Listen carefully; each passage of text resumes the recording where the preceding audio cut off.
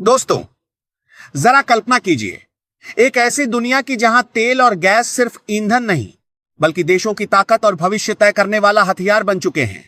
चारों तरफ energy crisis का साया है, बड़े बड़े देश हाँफ रहे हैं और इसी बीच भारत चुपचाप एक ऐसी चाल चल रहा है जिसकी गूंज आने वाले समय में पूरी दुनिया सुनेगी। कहानी शुरू होती है एक फैसले से, एक ऐसा फैसला जो अचानक नहीं बल्कि बहुत गहरी तैयारी के बाद लिया गया। भारत ने एक साथ अमेरिका से 13 एलपीजी टैंकर बुक कर लिए। ये टैंकर अब समुद्र को चीरते हुए भारत की तरफ बढ़ रहे हैं और जैसे जैसे ये करीब आएंगे वैसे वैसे भारत की ऊर्जा सुरक्षा और मजबूत होती जाएगी।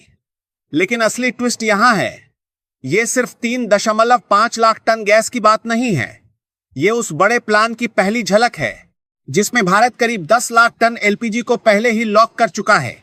मतलब साफ है, भारत अब इंतजार नहीं कर रहा बल्कि भविष्य को पहले ही अपने कंट्रोल में लेने की कोशिश कर रहा है।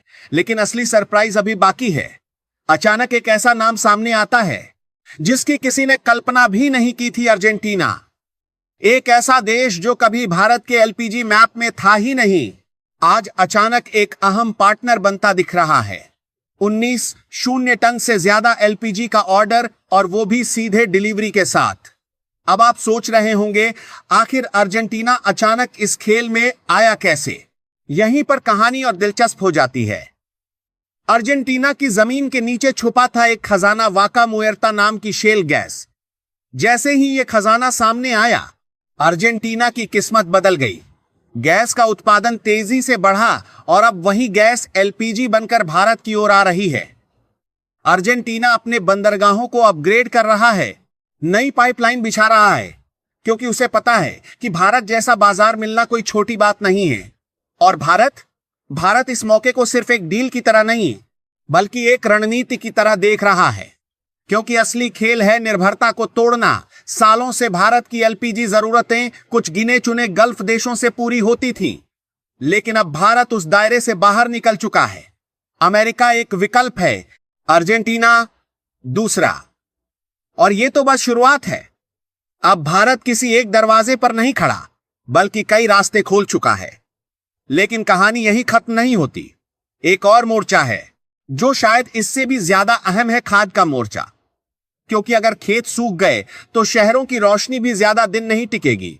भारत ने इस खतरे को पहले ही भांप लिया है, इसलिए रूस, बेलारूस, जॉर्डन और मोरक्को जैसे देशों के साथ बातचीत तेज हो चुकी है। दिलचस्प बात यह है कि भारत के गोदाम अभी भरे हुए हैं। यूरिया ज्यादा है, डीएपी तो दोगुने से भी ज्यादा है। फिर भी भारत क्यों दौड़ रहा है? क्योंकि भारत ने एक बार 2022 में वो दौर देखा है जब दुनिया में खाद के दाम आग की तरह बढ़े थे। और इस बार भारत उस गलती को दोहराना नहीं चाहता।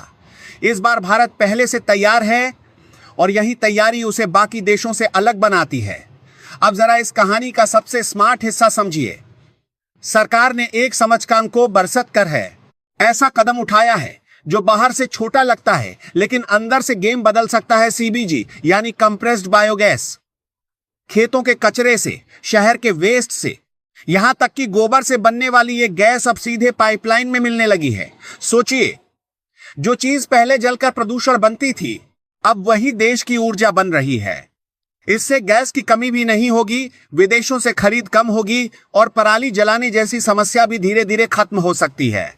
यानी एक चाल और कई निशाने। और इसी के साथ एक और साइलेंट रेवोल्यूशन चल रहा है, घर घर गैस पहुंचाने का। पिछले कुछ ही दिनों में लाखों नए कनेक्शन दिए जा चुके हैं। कुछ शहरों में तो 24 घंटे के अंदर गैस कनेक्शन मिलने लगा है। यानी भारत सिर्फ खरीद नहीं रहा बल्कि आखिरी घर तक सप्लाई की चेन को भी मजबूत कर रहा है। अब जरा रुककर सोचिए, एक तरफ दुनिया एनर्जी के लिए संघर्ष कर रही है और दूसरी तरफ भारत चुपचाप अपने सारे रास्ते सुरक्षित कर रहा है, नए देश जोड़ रहा है, नए विकल्प बना रहा है और हर मोर्चे पर एक कदम आगे चल रहा है। तो सवाल यह नहीं है कि भारत क्या कर रहा है, सवाल यह है कि जब यह पूरी रणनीति अपने चरम पर पहुंचेगी तब दुनिया भारत को एक ग्राहक के रूप में देखेगी या एक ऐसे खिलाड़ी के रूप में जो अब खुद खेल के नियम तय करेगा। दोस्तों, अब जरा कहानी को एक कदम आगे ले चलते हैं, क्योंकि जो दिख रहा है वो सिर्फ सतह है। असली खेल इसके नीचे चल रहा है। भारत अभी सिर्फ गैस नहीं खरीद रहा भारत धीरे धीरे एक ऐसा सिस्टम बना रहा है जहां वो खरीदार से कंट्रोलर बनने की तरफ बढ़ रहा है। आज अमेरिका और अर्जेंटीना से डील करना सिर्फ सप्लाई बढ़ाने के लिए नहीं है, बल्कि एक मैसेज है। भारत अब मार्केट को दिशा देने की क्षमता जुटा रहा है। आने वाले समय में आपको एक बड़ा बदलाव दिखेगा। अभी तक जो देश भारत को शर्तें बताते थे, वही देश अब भारत की शर्तें सुनने को मजबूर होंगे, क्योंकि जब आपके पास कई विकल्प होते हैं तो असली ताकत आपके हाथ में आ जाती है। और भारत अभी वही ताकत इकट्ठा कर रहा है। लेकिन सबसे दिलचस्प चीज जो आने वाली है, वो शायद बहुत कम लोग समझ पा रहे हैं। भारत सिर्फ एलपीजी और गैस तक सीमित नहीं रहेगा। ये जो नए रिश्ते बन रहे हैं, अमेरिका, अर्जेंटीना, रूस, जॉर्डन, ये धीरे धीरे एक एनर्जी नेटवर्क में बदल सकते हैं। ऐसा नेटवर्क जहां भारत सिर्फ खरीदार नहीं होगा, बल्कि एक ऐसा केंद्र बन सकता है जहां से एशिया के दूसरे देशों को भी सप्लाई और कीमतों का असर तय होगा। सोचिए, अगर भारत के पास अलग अलग देशों से सस्ती और स्थिर सप्लाई आने लगे, तो भारत अपने आसपास के देशों नेपाल, बांग्लादेश, श्रीलंका को भी ऊर्जा सपोर्ट देने लगेगा। और जैसे ही ऐसा हुआ, भारत की भूमिका सिर्फ एक देश की नहीं रहेगी, बल्कि एक रीजनल एनर्जी लीडर की बन जाएगी। अब एक और गहरी बात समझिए, सीबीजी का जो कदम लिया गया है, वो सिर्फ गैस की कमी पूरी करने के लिए नहीं है। असल में ये भारत के गांवों की किस्मत बदलने वाला गेम बन सकता है। आने वाले समय में किसान सिर्फ फसल नहीं उगाएगा, वो ऊर्जा भी बनाएगा। गांव गांव में छोटे छोटे गैस प्लांट लगेंगे और किसान अपनी फसल के कचरे से कमाई करेगा। इसका असर बहुत बड़ा होगा।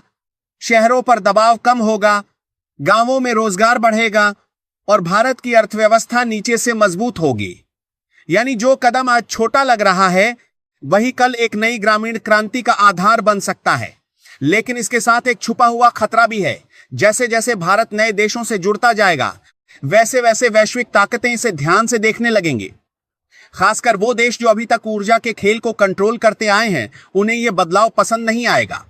हो सकता है आने वाले समय में कीमतों के खेल, सप्लाई के दबाव या कूटनीतिक चालों के जरिए भारत को चुनौती देने की कोशिश हो।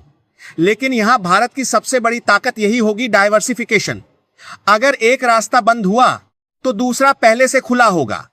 और अब सबसे बड़ा सवाल, क्या यह सब सिर्फ संकट से बचने की तैयारी है, या भारत एक बड़े बदलाव की नींव रख रहा है? संकेत साफ हैं।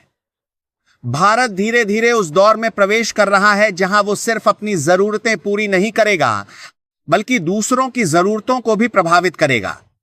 और जिस दिन यह बदलाव पूरी तरह दिखने लगेगा, उस दिन दुनिया भारत को एक आम उपभोक्ता नहीं, बल्कि ऊर्जा के खेल का असली खिलाड़ी मानने लगेगी।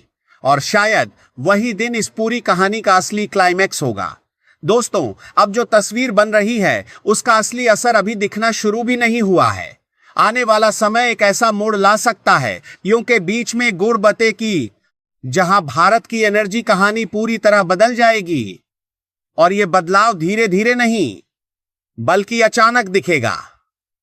सबसे पहले एक साइलेंट बदलाव होगा, और वो होगा कीमतों के खेल में। अभी तक भारत अक्सर वैश्विक कीमतों के हिसाब से चलता था, लेकिन जैसे जैसे भारत के पास कई सप्लायर होंगे, वो खुद कीमतों को बैलेंस करने लगेगा। एक दिन ऐसा भी आ सकता है जब दुनिया में गैस महंगी हो, लेकिन भारत के अंदर कीमतें उतनी तेजी से न बढ़ें।